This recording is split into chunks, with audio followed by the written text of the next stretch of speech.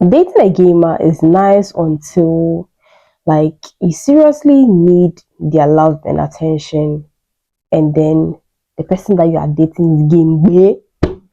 If the person is game bay, you are dead. There are some gamers that okay, yeah, they have fun with their games when it's time for, you know, when it's time to be a boyfriend, they can be a boyfriend. Then there's the game bay that does not know the difference between okay, my babe has allowed me enjoy some nice game time, and now it is time for boyfriend duties. But all in all, gamers don't cheat. Nah, gamers don't cheat. So gamers are actually good guys. The only problem is when the guy is game bay. When he's game bay, the only person he's cheating on you with is that gamepad. The gamepad is the problem. And his game center, or if he has like a PS5 at home, or he's going to play at his friend's place, that's what he's cheating on you with. But gamers are good guys. They don't cheat. They're lovely people. Or your game bay, well, it is the game bay that is the problem. But hopefully you get a matured one. Welcome to the Kelewele podcast. So welcome. How's the week been? How are you? Hope you're okay. Hope your week has been good. Hope your week has been fine. Hope you're doing well. If you're not doing well, warmest hugs from me, honestly, and kisses as well. But I do hope all is well. I do hope you're thriving and you're beautiful, handsome, and you're doing your best you can. God to do the rest. What will I be serving you on our menu today? People who are in the spotlight. We love them for being authentic, but sometimes are they really being authentic, or there's an authentic way to show up? So the reason why I say that public figures actually authentic, or there's a certain kind of authenticity the public is looking for, saying that there's something trending, there's something going on, and everybody has different views on different things. Now, when majority of the crowd is going for option A, and maybe as a public figure, you truly believe that you don't like option A, but you like option B, but you are going in for option A because it looks like, oh, that is what most of the people in your industry or your followers think is right, and they have solid facts to back that is right. And you also decide to choose option A, when deep down you know that you prefer option B. I feel like that is where sometimes the authenticity,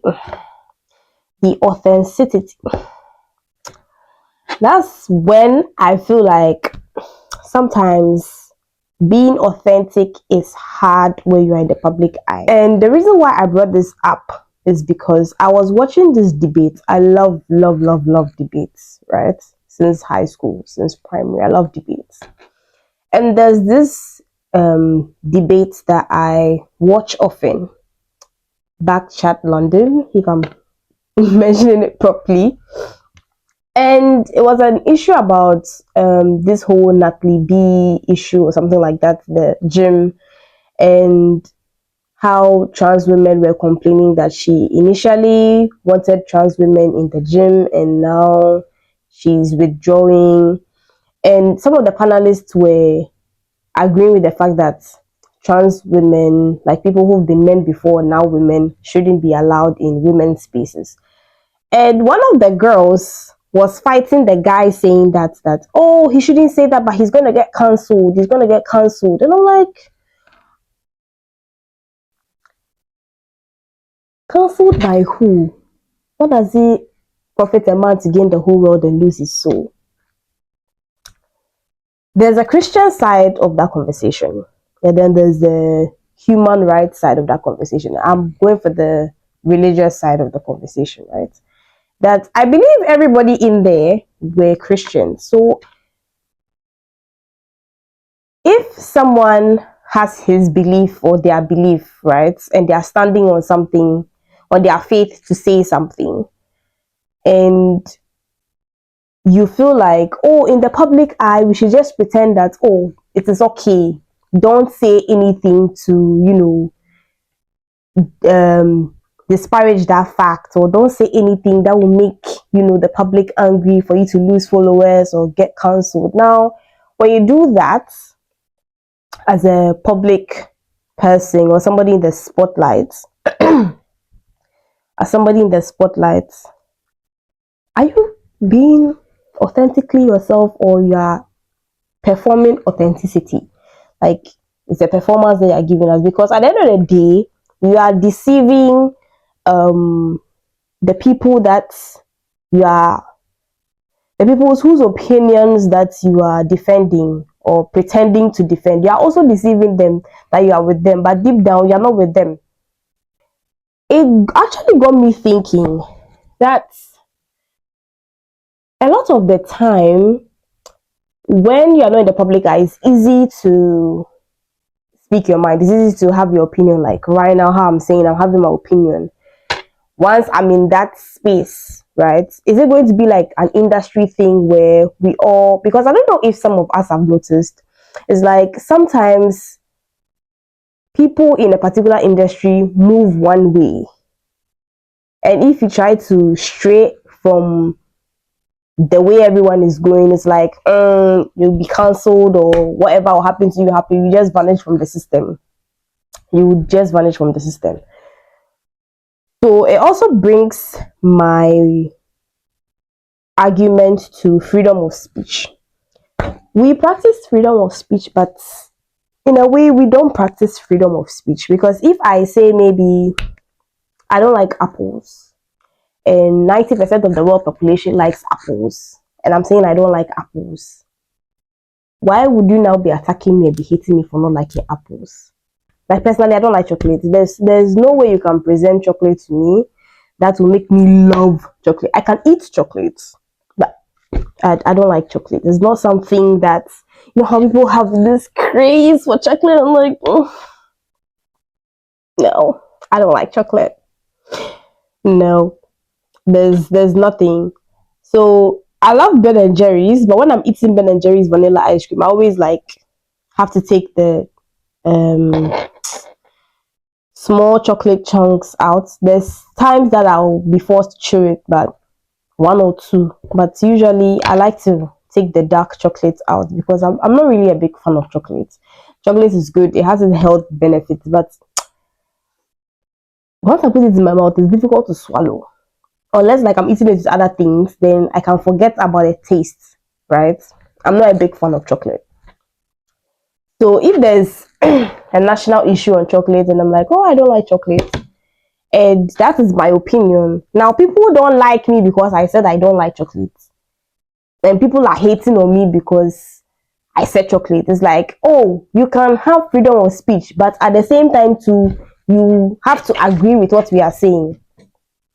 You have to agree with what we are saying. I feel like that is what we have come to right now. So it's very, very difficult for people to voice out their opinions, especially those in the public eye.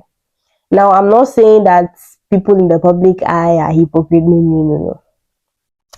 Everybody has their opinion, but you can agree with me that sometimes it's difficult when you're in the public eye to have some kind of opinions, like true to yourself, that, oh, under normal circumstances, this thing be, I wouldn't agree, but it's like everybody in my industry is going with it. And she also said something.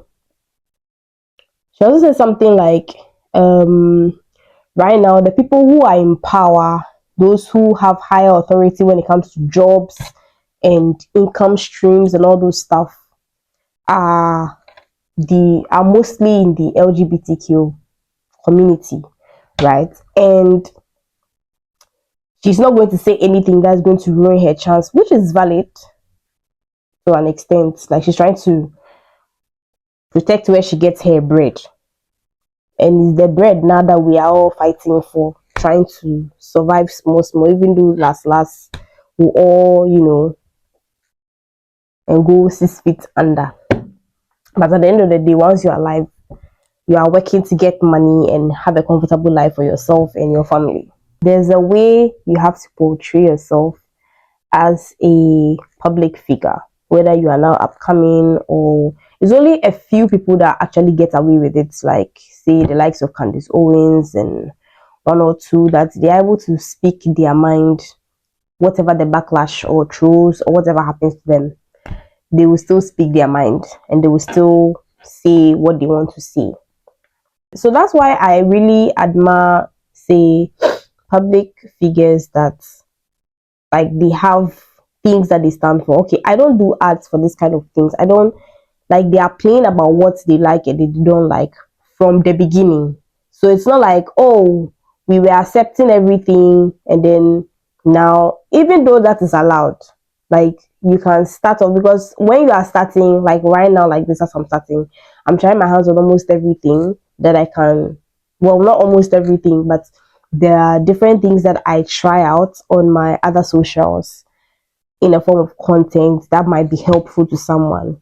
I don't know which one exactly I'm putting my finger on, that okay, I want to stick to just this, right? And I do almost everything that my mind can, you know, be creative about to do, if that makes sense. Sometimes when issues like this come, not only about trans topics or something, but maybe there's a trending issue where like you feel like as a public figure, those coming or those underneath are looking up to you to say something, to fight for something. And I think we usually see this in the political space. And when you were on the grassroots level, you know, we all had the same ideas, the same values. And then once you get there, something else is happening at the top there. And it's like you deviating from that course will cost you. And you went through a lot to get there. So you have to protect yourself as well. You have to, in as much as you are for the people, but at the end of the day, every man for himself, God for us all. So it's kind of difficult to be a public figure and be 100% authentic. And it's easy for you to be at the grassroots level and say, oh, when I go up there, I'll do this. When I go up there, I'll change this. Everybody wants to be famous. All of us. We want to also reach that place where, you know, our voices count and we can contribute to society. But you really need to have strict core values and know what you are going to be against when you go there to the top. Because it's like, I always say, like, political parties, the way they, you know, they campaign and everything, sometimes I don't really blame them when they are not able to perform at the top, because their system is running there, that it will be difficult for you to just get up one day. Right now, because we are the ones observing, it looks like, oh, when you go up there, you can go and do that, do that. But no, there's still some higher power controlling all those things. That's what I believe personally. So I like to know what you guys also think about this topic. Like, do you agree with me? Do you think I'm crazy? Do you think I'm not making sense? What do you also think goes on? Or what do you also think about authenticity?